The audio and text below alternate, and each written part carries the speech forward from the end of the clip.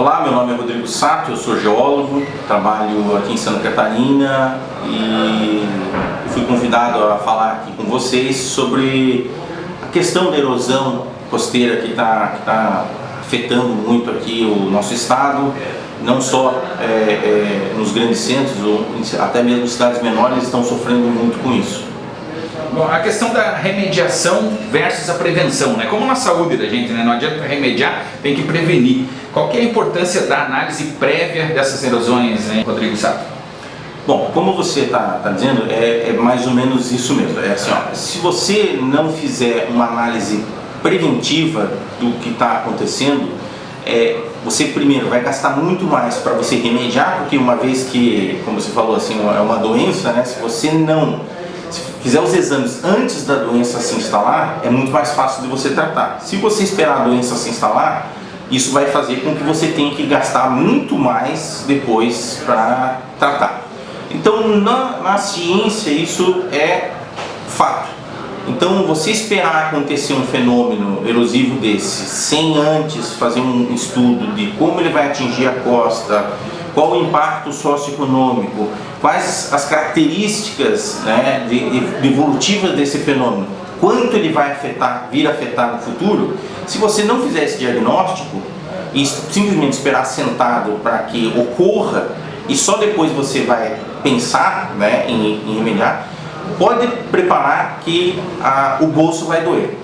Vai doer porque o teu custo vai ser muito maior para fazer isso. Bom, até falando em questão de custo, quais impactos econômicos, quais áreas, enfim, que podem sofrer com isso? Bom, os impactos são enormes. Aqui nós, nessas últimas ressacas aqui, nós tivemos fácil mais de 10 milhões de reais em prejuízos. Se você considerar a curto prazo, você tem impactos próximos a residências, impactos menores em portos, né? Em algumas áreas com infraestrutura, por exemplo, cabeceiras de pontes, etc. Tal. Se você pensar a médio prazo, aí você já começa a ter assoreamento de canais, erosão de bermas, né? Que são os morros que existem próximos à praia. Na geologia a gente chama de berma. Então você vai ter erosão, processo erosivo nas bermas, nas restingas, e isso vai se ampliando cada vez mais. A longo prazo você começa a ter um impacto grande na perda de receita com turismo. Por exemplo, o que é a ilha de Santa Catarina sem as suas praias? Nada. O que você vai vir para Florianópolis para ir no shopping? Entendeu? Então não tem atrativo. Então, o impacto no comércio, por exemplo, nós estamos num restaurante à beira-mar. Se daqui a pouco não houver mais condições de ter um restaurante à beira-mar, então você começa a perder essa capacidade econômica, né, que o próprio mar trouxe, né, ele vai acabar se perdendo com o passar do tempo. E os impactos daí também sociais, porque 1/3 da população hoje no planeta vive próximo da costa. Com a costa sendo afetada, tá, com certeza você vai ter um impacto também social direto nessa população. E obras de infraestrutura que aconteçam próximos ao litoral também, a longo prazo, serão afetados. Você vai ter que mudar percurso de rodovias, mudar a posição de portos, aeroportos, tá? Por exemplo, o aeroporto de Florianópolis está numa planície costeira. Se houver um fenômeno, algo que atinge essa planície costeira, daqui a pouco você tem que tirar o aeroporto do local. Você vai colocar o aeroporto aonde? Tudo isso tem que ser visto com antecedência, antes que aconteça, e não esperar acontecer para daí você tentar consertar. Bom, teremos que fazer planos de ação, né? Você falou, não podemos esperar. Existe também como a gente fazer uma prevenção para 100 anos, para 150, ou para 50 anos, se existe essa possibilidade e como é no Brasil hoje. Se nós temos uma prevenção, se nós temos um estudo para hoje, para amanhã, para depois, para daqui 50 anos, como é que é aqui? Não, o Brasil não tem a cultura de fazer estudos preventivos. Infelizmente é difícil de incutir na cabeça dos governantes aqui do Brasil de que deve ser investido em pesquisa, em ciência, pré qualquer tipo de desastre, tá? Timidamente Santa Catarina até tem saído na frente nesse sentido em muitos desastres aí, fez curso de especialização na área, as defesas civis elas estão muito bem estruturadas para esse tipo de fenômeno, mas teve que ter um desastre para isso acontecer. Então, em lugares, em regiões do Brasil onde não existe um desastre, então praticamente inexiste esse tipo de prevenção. Então, é possível fazer prevenção a médio e longo prazo? Sim. Existem países na Europa que hoje estão fazendo modelos matemáticos de previsão para 100 anos à frente. Então, o que acontece? O que acontecerá no nosso país, no nosso litoral, se continuar ocorrendo esse tipo de fenômeno nos próximos 30 anos, nos próximos 50 anos, nos próximos 80 anos e até 100 anos? Tá? Eu não digo que o Brasil vai conseguir fazer tão à frente isso, tá? Porque aqui nós temos a política que uma vez que terminou o mandato de um governante, ele esquece tudo que foi feito, né? O governante seguinte parece que esquece tudo que foi feito pelo antecessor e manda cancelar todos os projetos e tal para querer começar do zero. Isso é um problema que toda vez que isso acontece você tem um retrocesso, ou paralisação ou retrocesso. Então você não consegue avançar um projeto assim. Então tem que ser um projeto que esteja alheio à questão política. Tem que ser um projeto direcionado e gerenciado por cientistas e não por políticos.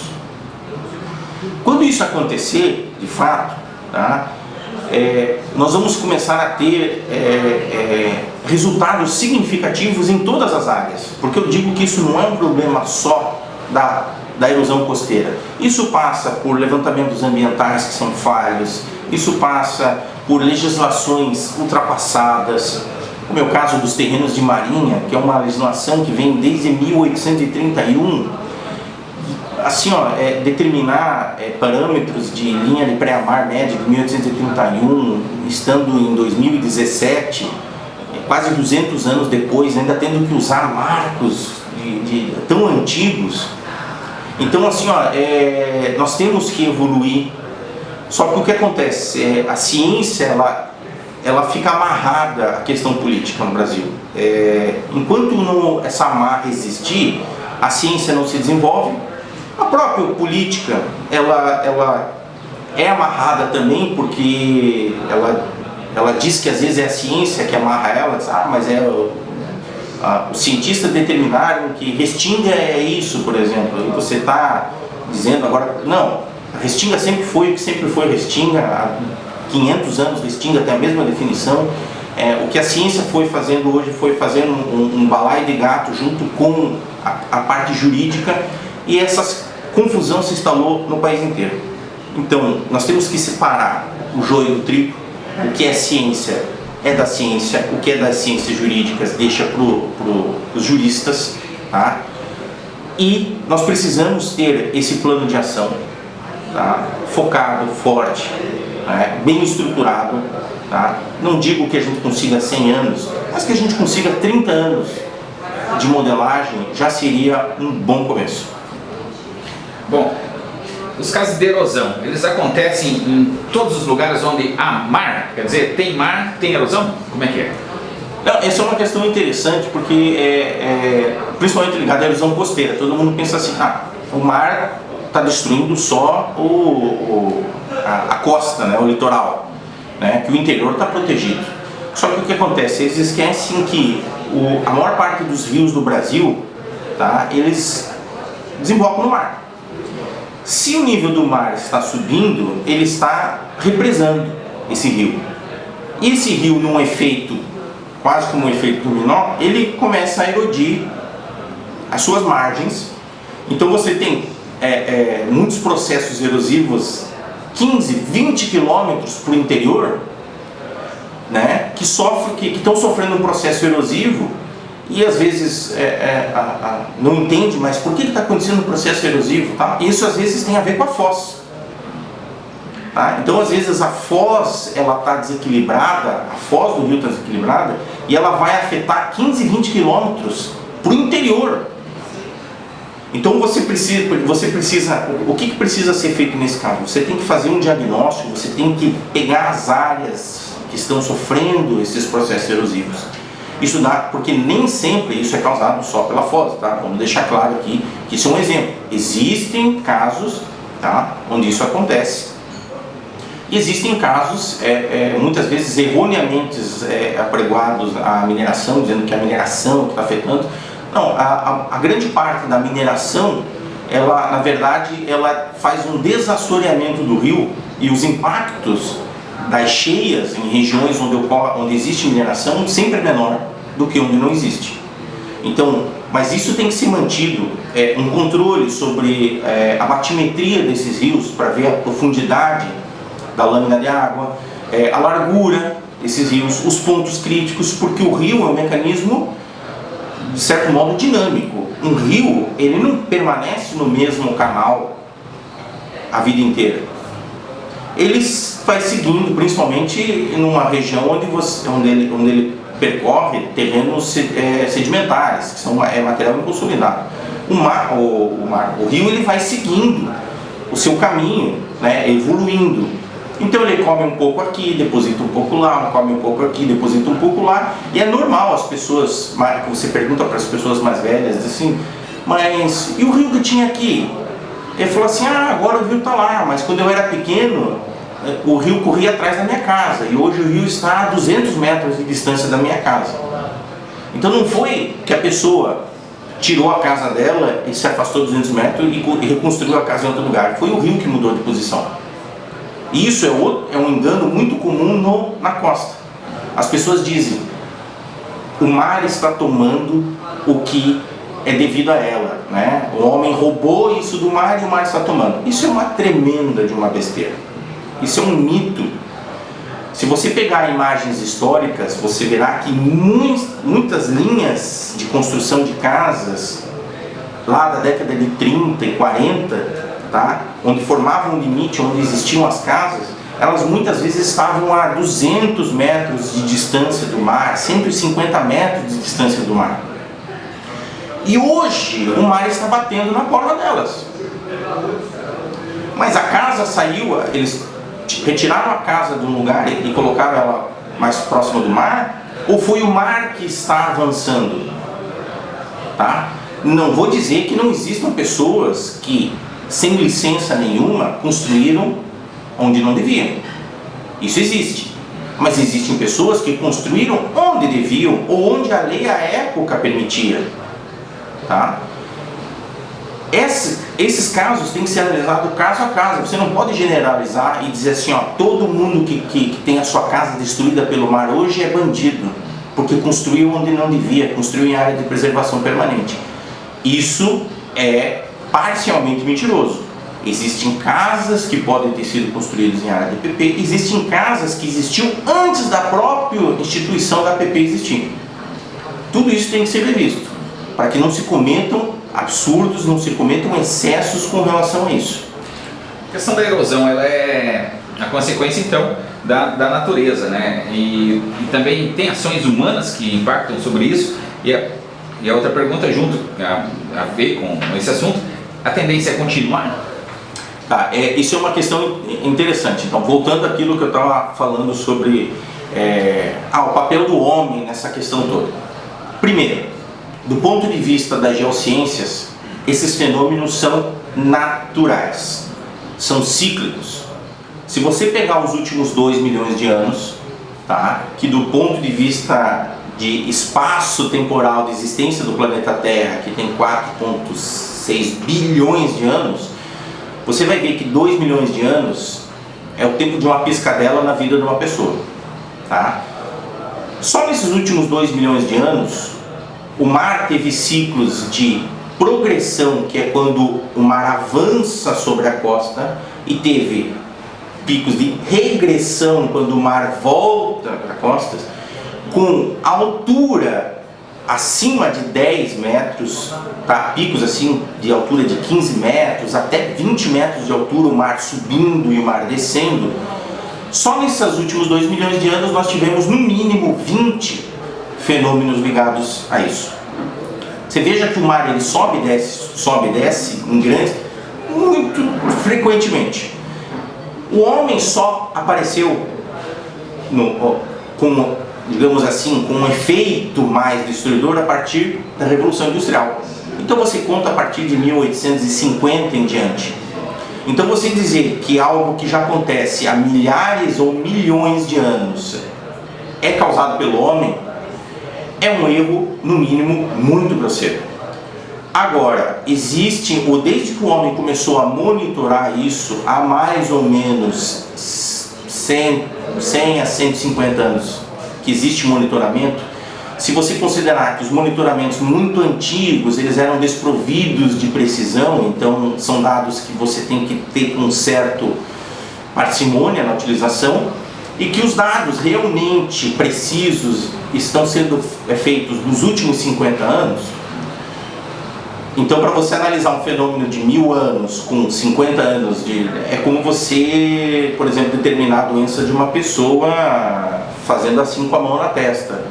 Então, você consegue ter muita precisão para dizer que a pessoa está doente se você simplesmente fizer você está com a testa um pouco quente.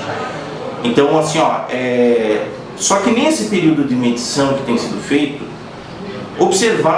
foram observadas anomalias. Essas anomalias estão sendo tratadas com muito cuidado. Até então, o painel intergovernamental do clima tinha aventado a possibilidade de ser realmente, de fato, essas anomalias causadas pelo homem. Mas estudos mais recentes mostraram que, isso tem que ser revisto com cuidado. Então, hoje, o que é consenso? Que nós estamos vivendo um fenômeno natural de subida das águas dos mares no mundo inteiro, porém existe agravamento do quadro por ação humana. Então não significa que o fenômeno é causado pelo homem, mas que o homem tem uma parcela de culpa. Quanto que é essa parcela de culpa? 5%? 10%? 15%? Não se sabe. Então, o que sabe é que parte dessa parcela de culpa é de fato do homem. Agora, o quanto essa parcela, foi feito construções no mar, moles, foi feito um canal, foi aberto um canal, o quanto isso vai impactar, você tem que analisar com dados mais precisos. E essas medições atualizadas de erosão costeiras começaram a ser feitas nos últimos 10 anos para cá. É que de fato essa questão começou a ser analisada. Então, por isso é muito cedo ainda para dizer, né, o quanto o homem tem sua parcela de culpa nesse processo todo. Bom, e a nossa preocupação, é claro, é como que esses processos erosivos podem ser solucionados. Bom, a engenharia é uma área muito interessante, né? A geologia de engenharia que analisa muito desses casos de como estudar, barrar esse processo, tá? Ela avançou muito nas últimas décadas, tá? Principalmente na Europa. Na Europa ela está muito avançada, porque a Europa são países menores, com uma linha de costa menor, mas em compensação a aglutinação no litoral é muito maior, é muito superior ao nosso adensamento populacional da nossa costa. Então eles tiveram que desenvolver processos muito mais rápidos para resolver esse tipo de problema do que nós. Então hoje eles trabalham com eclusas, com canais extravasores, com comportas, com barragens. Até um caso emblemático é o caso da Holanda, que dominou, de certo modo, o mar e conseguiram morar abaixo do nível de água dos mares. Veja o avanço, né, para isso acontecer. Então a engenharia hoje permite que você consiga dominar, digamos assim, o mar. Eu não vou dizer dominar, que dominar fica feio, vai dizer que o homem tem que dominar. Nós vamos dizer assim que empatar a briga com o mar. Então o mar tá erodindo e o homem pode chegar e dar um basta nisso, dizer, não, você vai erodir até aqui, a partir daqui eu não quero mais que você eroda, e pronto. Então existem como você fazer estruturas rígidas, estruturas dentro do mar para que quebre a energia das ondas, então a onda perder algo como 50% da sua energia antes de chegar na costa. Existem esporões que são a gente, aqui no Brasil se chamam moles, que são estruturas rígidas que avançam no mar para que as derivas laterais elas diminuam também o impacto. Então existem várias obras que podem ser feitas para resolver, né, essa questão. Então a engenharia está muito bem preparada para isso. Nós só temos que, como eu já disse antes, separar o que é jurídico e o que é científico para determinar se nós podemos ou não salvaguardar a nossa costa, porque hoje o que está acontecendo no país inteiro é uma resistência da jurídica sobre esse tipo de obra, tá? Assim, a maioria dos estados estão sofrendo com proibições, dizendo assim, você não pode mexer no que foi destruído, tá? Porque as obras foram construídas em locais irregulares, mas como eu já disse, não é bem assim o caso. Existem locais que foram construídos em locais regulares, legalizados, permitidos, e que o mar avançou. E hoje muitas dessas pessoas, empresas e até mesmo os municípios estão impedidos de tentar barrar esse avanço dos mares com obras e projetos. Então isso tem que ser revisto com uma análise criteriosa para determinar, porque isso pode significar, como eu disse aqui no caso de Santa Catarina, por exemplo, o fim do turismo. Você pode ter as belas praias aqui de Florianópolis, elas podem desaparecer e aí simplesmente vai virar uma cidade administrativa. Bom, a questão dos estudos, né? Como é que são feitos esses estudos e quais os dados que são necessários? Que tipo de informação científica é preciso levantar, né, para ter um embasamento matemático, teórico, enfim, para começar esses estudos? Então, quais são os dados necessários e como são feitos esses estudos? Bom, primeiro, você tem que fazer um levantamento prévio. Esse levantamento diagnóstico prévio, você faria todo um caminhamento ao longo da costa, pegaria os pontos mais críticos, os pontos com maior problemas, né, e os pontos que não têm problemas, para você fazer um pré-diagnóstico. Uma vez feito esse pré-diagnóstico, você vai colocar onde são os locais de maior, que você deve prestar mais atenção, que são os mais urgentes, tá? Para você colocar os doentes mais graves primeiro na UTI, tá? Então, uma vez feito isso, aí você começa a construir o diagnóstico, tá? Uma vez que você fez o pré-diagnóstico, começa a construir o diagnóstico. O diagnóstico você vai fazer todos os exames necessários a descobrir o problema.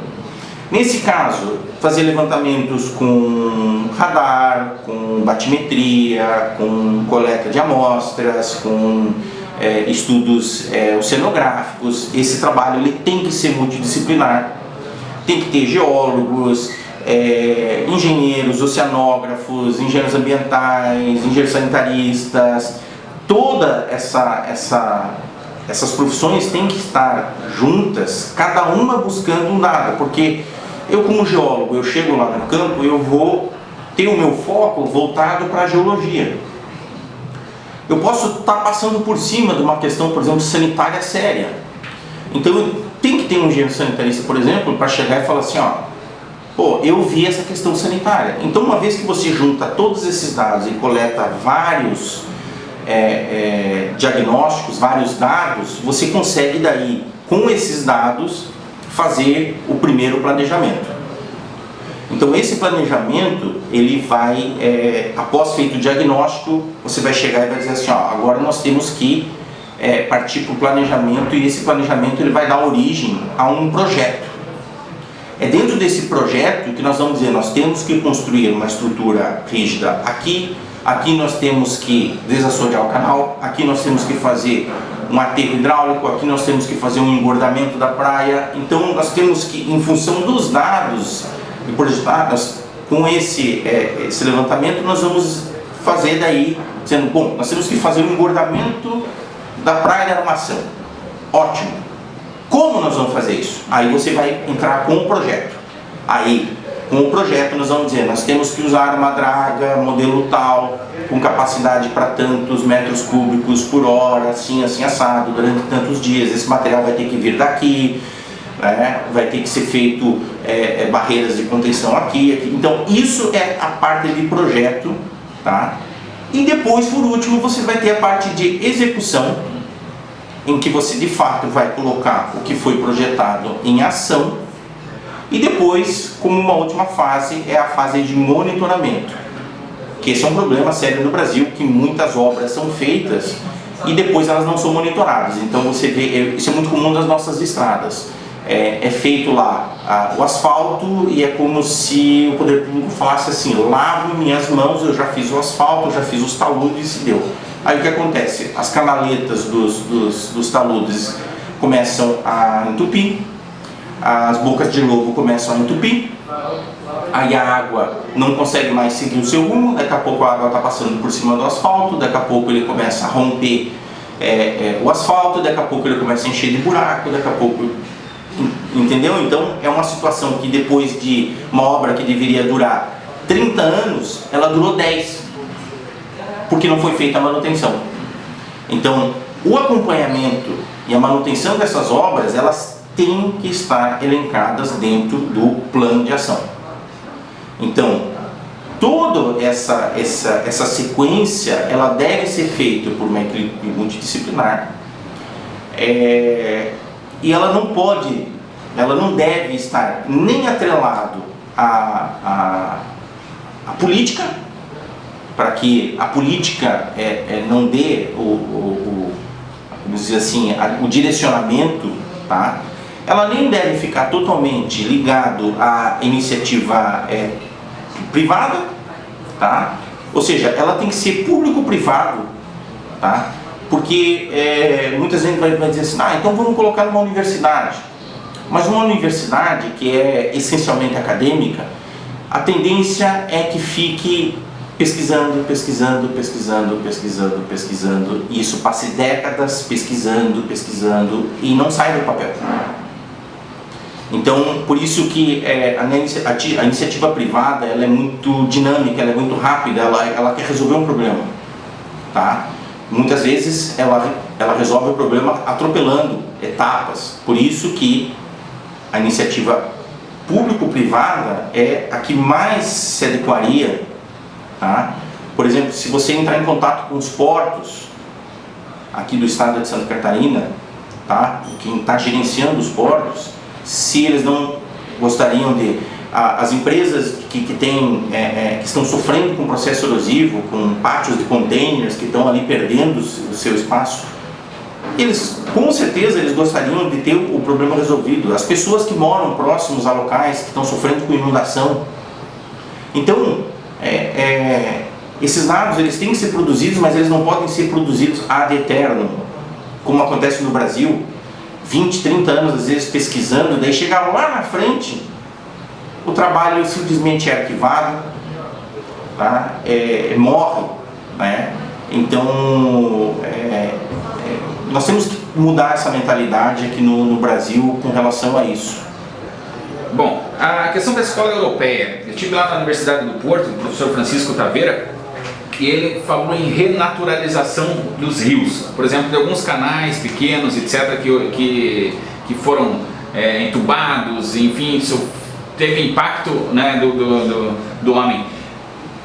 Te pergunto, a questão da escola europeia, por exemplo, eles têm o Laboratório de Ondas e Marés, enfim, tem estudos já talvez muito anteriores aqui no Brasil, talvez a gente não sei se tem ou se não tem, enfim, a pergunta é, a escola europeia, ela pode ajudar em que tipo de análise, em que tipo de projetos, em troca de informações, enfim, qual o papel da escola europeia, o que eles podem nos ensinar, qual a expectativa que o engenheiro Rodrigo Sato tem sobre eles, E também gostaria que comentasse sobre a questão da renaturalização dos rios que hoje estão entubados. Essa pergunta é bem interessante. Assim, ó, a escola europeia, ela, lógico, pela Europa ser milênios mais antiga que o Brasil, né? É óbvio que a ciência lá, ela teve um processo de experimentação muito mais antiga do que no Brasil. Praticamente o que o Brasil tem hoje é o que aprendeu com a escola europeia, tá? Depois a escola americana, tá? E hoje a escola asiática, ela tem se mostrado, a China tem se mostrado um grande polo gerador de ciência boa. Saiu daquela coisa de fazer produtos de baixa qualidade para começar a despontar com engenharia de ponta. A questão da renaturalização, isso tem sido muito debatido no mundo inteiro, porque assim, ó, o homem tem um impacto, a existência do homem sobre a Terra causa um grande impacto. Hoje o homem, ele é o maior agente erosivo do mundo. O homem consegue desmanchar uma montanha que a natureza levaria 2 milhões de anos para desmanchar. O homem com 10 anos consegue desmanchar uma montanha inteira. Então o homem tem um impacto significativo na Terra. Porém, nós temos que analisar que o homem fez muita coisa errada ao longo da sua história, que hoje está tentando consertar. Então o homem de antigamente, o homem explorador, o europeu que descobriu o Brasil, ele tinha uma visão meramente extrativista. Ele queria vir pegar as riquezas e não estava nem aí se existia um passivo ambiental ou não. Ele nem sabia o que era um passivo ambiental, e se sabia, ele não estava nem aí. Ele dizia assim, isso aqui não é o meu país, então eu posso vir pegar o que eu quiser, levar, desde que eu não estrague o meu país, aqui eu posso estragar à vontade. Essa visão extrativista, ela durante muitos séculos, ela foi um problema. Inclusive, essa mentalidade, ela persistiu até o início desse século. Até a década de 20 e 30 ainda existiam grandes resquícios assim, de dizer assim, países africanos, os países ali do Oriente Médio, eles, até pouco tempo atrás, eles ainda estavam sob domínio de colonizadores. Só que isso está mudando. Mas não é fácil você mudar uma cultura de séculos assim, em 5 anos eu quero que todo mundo saia de uma África subsaariana para um Japão, né, em que não existe lixo na rua, quase não existe crime. Não é assim que funciona.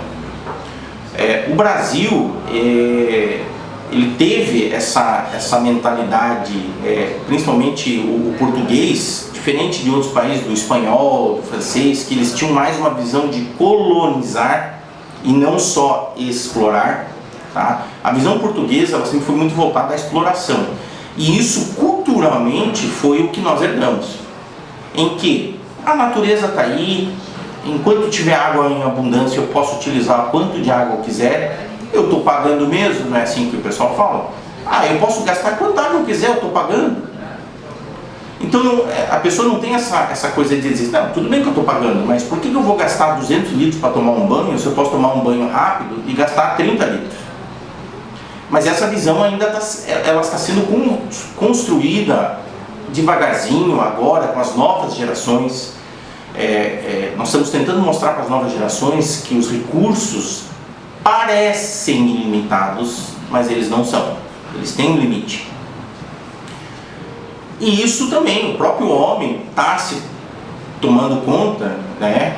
Tanto que países que tinham uma grande explosão demográfica, como o próprio Brasil, hoje o Brasil inverteu a sua pirâmide etária, tá? E nós não estamos produzindo filhos. Isso vai acontecer com a China, isso vai acontecer com a Índia. Os grandes países populosos do mundo vão chegar no seu patamar de estabilização. Então essa ideia de que de que o mundo daqui a pouco vai chegar a 14, 16, 18 bilhões de habitantes, Não é assim que vai acontecer. Nós estamos, a natalidade ele vai chegar a um ponto em que ele vai reduzir e os recursos naturais eles vão ser otimizados. Hoje você vê a diferença entre o que uma família gastava de eletricidade e o que uma família gasta hoje. O que aconteceu? A família aprendeu a economizar? Sim, em parte sim, mas em parte a própria tecnologia mudou. Um motor de geladeira de 40 anos atrás gastava 20 vezes mais do que o motor de geladeira gasta hoje, para fazer o mesmo trabalho. Então a otimização da natureza, isso é uma coisa que a ciência fornece. A ciência te dá uma lâmpada de LED que consome 1/10, não lembro, de uma lâmpada de incandescente, tá? E dura 20 mil horas, enquanto uma lâmpada incandescente vai durar 500 horas de uso. Então isso faz parte a ciência, ela faz parte do aprendizado do homem de otimização dos recursos. Por isso que a ciência ela tem que ter o seu devido papel dentro de um país soberano. Países soberanos são países que escutam a sua ciência, tá? Então nós temos que escutar os países mais antigos, como é o caso da escola europeia, escola americana, que são países que estão à frente nisso, e não é demérito nenhum pedir ajuda, chegar para eles e dizer: venham aqui e nos ajudem a projetar, a arrumar o que o mar está fazendo, por exemplo, na nossa costa. É isso que eu espero que aconteça aqui em Santa Catarina, que nós tenhamos essa humildade de chegar para os nossos colegas da Europa, em especial Portugal, que nos recebeu muito bem essa questão, tá? E nos ajudar a montar um projeto, tá? Uma análise da nossa costa e um projeto futuro, para que a gente consiga resolver o problema assim como a Europa conseguiu resolver os seus problemas.